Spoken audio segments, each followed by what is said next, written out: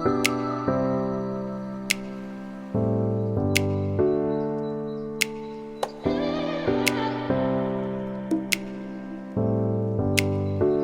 निर्देशांक ज्यामिति हम पढ़ेंगे। और बच्चों ये चैप्टर आपके एग्जाम में 8 मार्क्स का है। इसे कहते हैं कोऑर्डिनेट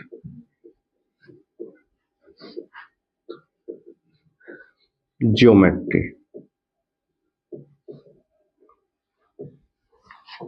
ठीक है, तो इस पूरी एक्सरसाइज के अंदर केवल आपके 3 ही फार्मूले हैं।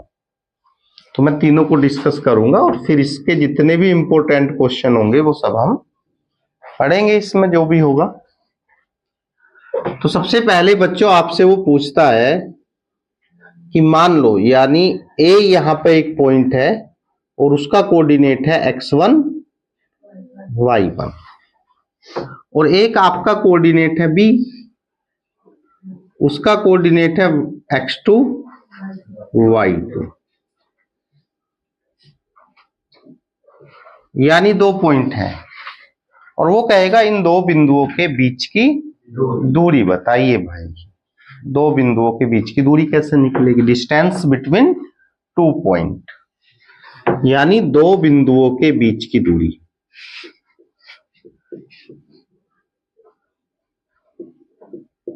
दो बिंदुओं के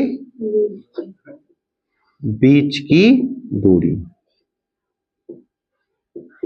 तो 2 बिंदुओं के बीच की दूरी कैसे निकलेगी ये हमें देखना है। डिस्टेंस बिटवीन 2 पॉइंट, ठीक है ना। ए बी कैसे आएगा? तो ए बी का जो फार्मूला होता है वो होता है under root x2 minus x1 का होल स्क्वायर प्लस। और बच्चों दूसरी लैंग्वेज में अगर कोई पूछे इससे कि क्या वैल्यू निकलेगी तो आप ये भी कर सकते हो, पहले x1 लिख देंगे बाद में x2 लिख देंगे। यानी आप ये भी कर सकते हो x1 माइनस का whole square plus minus y2 का होल स्क्वायर, यानी ये हमारा 2 बिंदुओं के बीच की दूरी का फार्मूला है। क्लियर बात है इतनी? सेकंड जो फार्मूला आता है बच्चों वो होता है विभाजन सूत्र।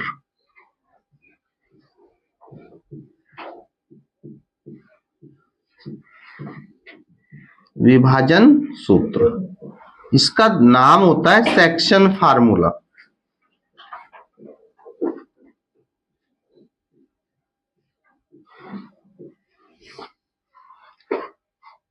तो ये 2 तरीके के होते हैं सेक्शन फार्मूला भी। एक होता है अंतः विभाजन, एक होता है बाह्य विभाजन। तो पहला मान लो हमारा है अंतः विभाजन।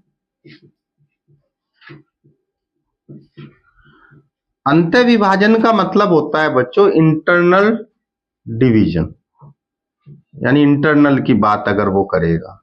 और दूसरी बात यह है अगर क्वेश्चन में कुछ बात कही नहीं क्वेश्चन के बारे में, बस कह दिया कि ये इस रेशो में डिवाइड करता है, तो समझ लो वो कौन सा विभाजन है?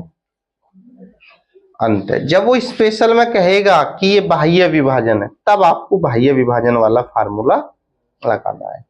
और अगर वो कुछ नहीं कह रहा कि कौन सा विभाजन है तो आपको कुछ नहीं करना, अंत विभाजन वाला। ज्यादातर अंत विभाजन ही आएगा, फिर भी दोनों लिखेंगे हम, देखो कैसे। मान लो बच्चों यहां पॉइंट ए है, इसका कोऑर्डिनेट है x1 y1। यहां पे एक बिंदु B है, इसका कोऑर्डिनेट है x2 और इनके बीच में एक पॉइंट कौन है बच्चों? C है। तो वो कह रहे C जो पॉइंट है वो ए बी को किस रेशो में डिवाइड करता है? m1 m2। तो वो कहेंगे कि C के कोऑर्डिनेट क्या होंगे। तो बच्चों C के जो कोऑर्डिनेट होंगे वो कैसे निकलेंगे वो सुनो। m1 की जो गुना है वो x2 में करेंगे, m1 x2 फिर प्लस m2 की गुना x1 में मल्टीप्लाई होगी, तो ये बनेगा m2 x1,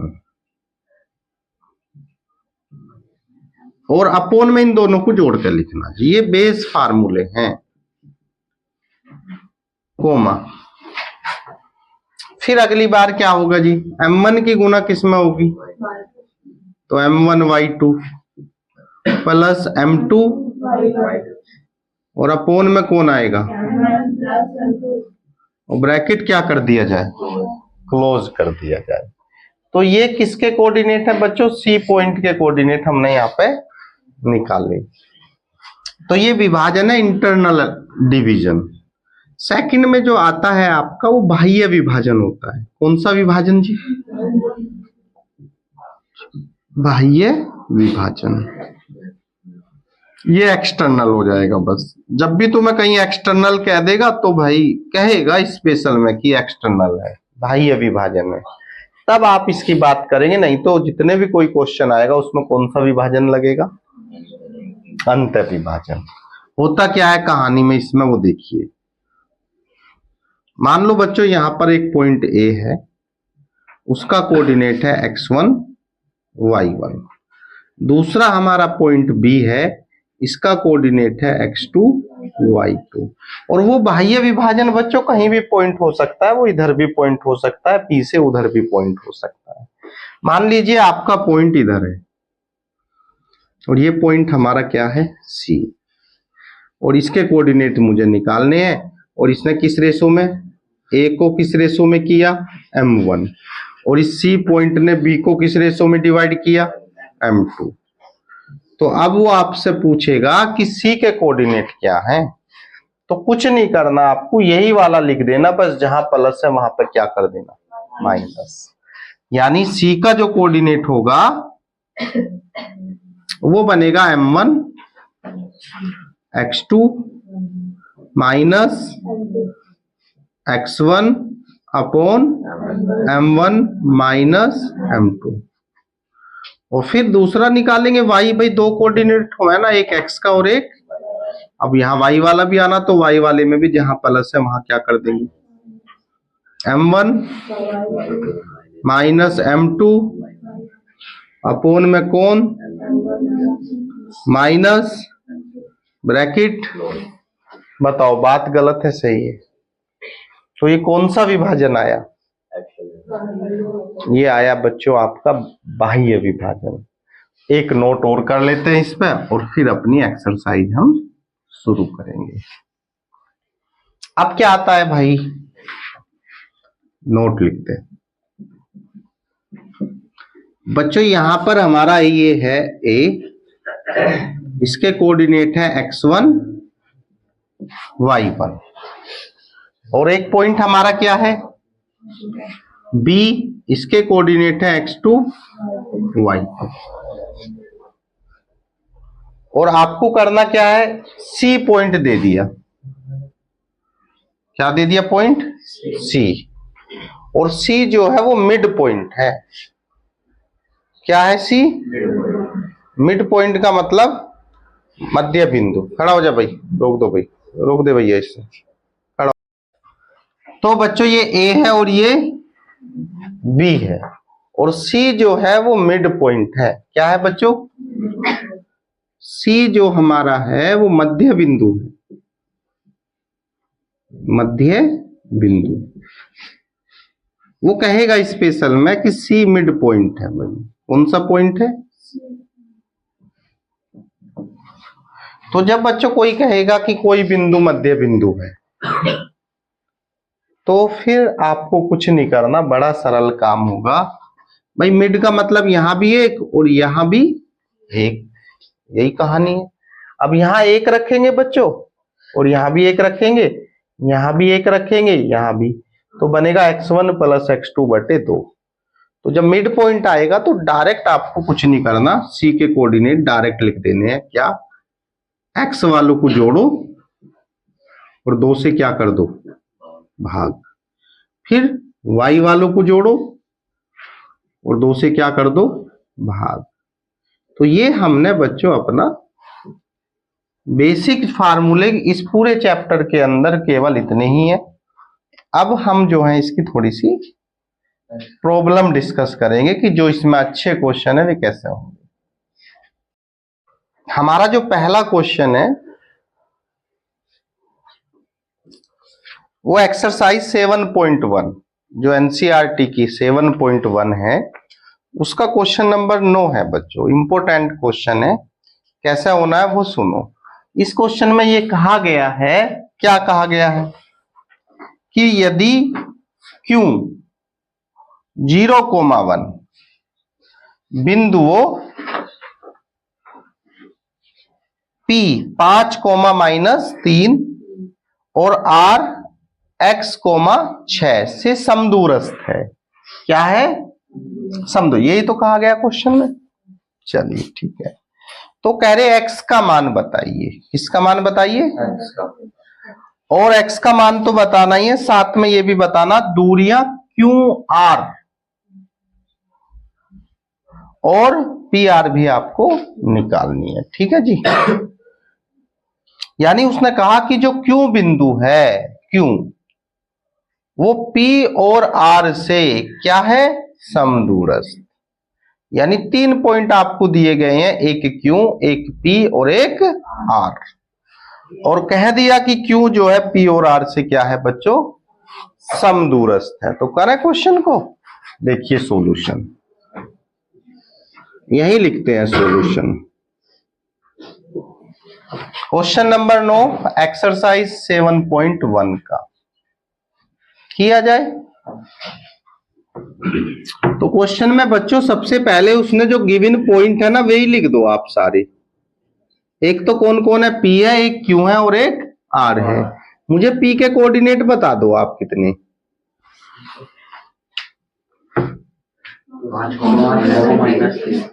5, एक उसने हमें P दिया है, एक Q दिया है। क्यों के बोलो?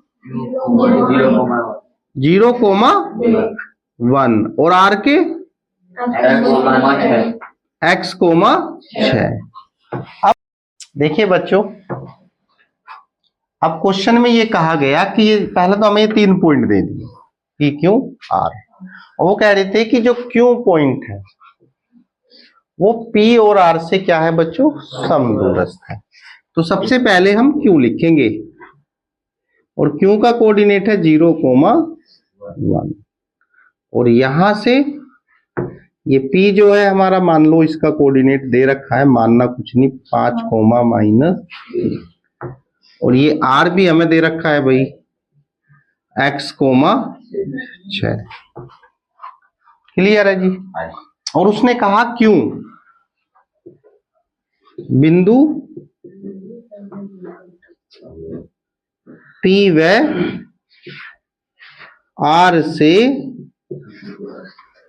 समदूरस्थ। समदूरस्थ का मतलब होता है बराबर दूरी पर है भाई।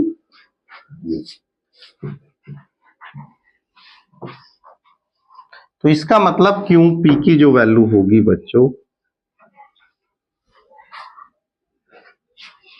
या P क्यों अच्छा लग रहा?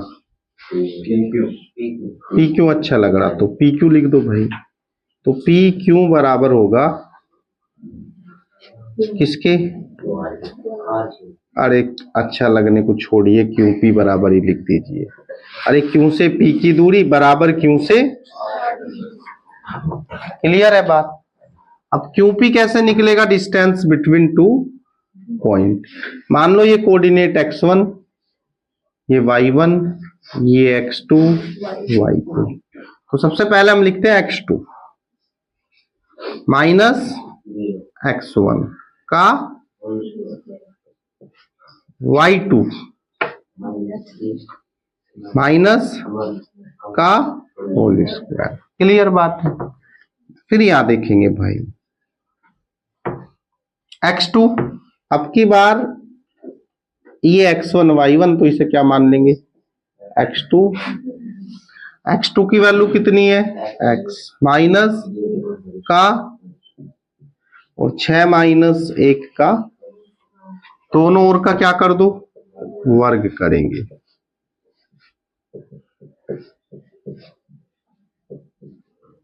बच्चों जब दोनों ओर का वर्ग करेंगे तो रूट, चलो दिखा दे थोड़ा सा, 5 पंजे 4 चौक, और यहां क्या बनेगा जी, एक्स स्क्वायर प्लस 5 पंजे, भाई दोनों ओर का क्या कर दिया हमने, स्क्वायरिंग ऑन स्क्वायर से रूट ये सब। तो यहाँ कितना बचा भाई, 6 और 5 कितना हो गया 11, और मुझे लग रहा है 41 आ गया। और यहाँ x square equal plus x square plus कितना आ गया भाई, क्लियर है इतनी बात। अच्छा ये 25 इधर आएगा तो कैसा हो जाएगा, 41 माइनस इक्वल किसके, तो भाई एक्स स्क्वायर का मान किसके बराबर, 41 में से 25 गया तो 16 बचेगा। तो एक्स का मान आ गया बच्चों प्लस माइनस अंडर रूट, और यहां से जो बाहर आएगा वो 4 आएगा।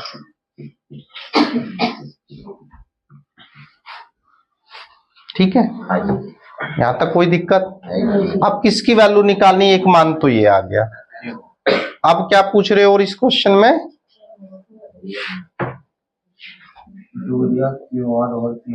हाँ वो कह रहे एक तो क्यू आर निकालना और एक पी आर। तो हम एक्स की देखिए 2 मान है, यदि ले लेंगे पहले पॉजिटिव वैल्यू ले लेते हैं। अगर एक्स की वैल्यू आपकी कितनी है 4, तो बच्चों आर की वैल्यू कितनी होगी 4,6। तो अब क्या क्या मान पूछ रहा है, एक तो क्यू आर की वैल्यू पूछ रहे हैं अभी। तो क्यू आर क्या होगा, 2 डिस्टेंस बिटवीन 2 पॉइंट। तो बताओ भाई क्यू का कोऑर्डिनेट क्या है 0,1, लिख लेते हैं चलो सबको 0,1। तो बोलो क्या आएगा Q R, x2 minus x1 का और y2 माइनस, तो भाई कितना बनेगा 4 चौक 5 पंजे अंडर रूट, और फिर मुझे निकालना पी आर। तो ये भी वही होगा अंडर रूट x2। अब पी आर के लिए भाई पी का मान भी लिख लो, चलो एक बार और लिख दीजिए यहाँ पे। आर की वैल्यू कितनी है 4 कोमा, और पी की वैल्यू कितनी है भाई 5 कोमा माइनस 3। तो वो कह रहे पी आर भी निकालो। तो पी आर कैसे निकलेगा, under root x2 minus x1 का होल स्क्वायर, और फिर क्या आएगा जी भाई x2 माइनस x1 का होल स्क्वायर, y2 माइनस,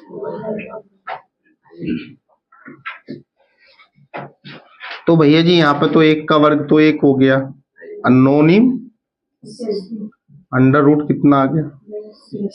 तो ये हमने कौन सा साइन लिया अभी, प्लस साइन। लेकिन बच्चों इसके 2 मान आए थे, एक प्लस का था और एक माइनस का। अब की बार हम लिखेंगे कि यदि x की वैल्यू हमारी कितनी है -4 है, तो बच्चों अब की बार r की जो वैल्यू होगी वो थोड़ी सी चेंज हो जाएगी, और वो होगा -4,6। और क्यों तो हमारा सेम है 0,1, अरे 0,1 है तो क्यों की वैल्यू है ये, और हमसे पूछ रहा है फिर वही बात क्यू आर। तो क्यू आर तो डिस्टेंस बिटवीन 2 पॉइंट से निकल जाएगा। अब तो ये आप कर लोगे। अगली बार उसने कहा पी आर बताइए, तो पी कितना था हमारा 5 कोमा -3, और आर की वैल्यू कितनी है भाई -4 कोमा, तो आपको पी आर निकालना, फिर डिस्टेंस बिटवीन 2 पॉइंट से। तो मुझे उम्मीद है आप ये क्वेश्चन भी बिल्कुल इसी तरीके से कर दोगे। तो यहां से आपको बच्चों x के 2 मान होने के कारण 2 बार काम करना पड़ेगा, हो जाएगा ना। चलिए।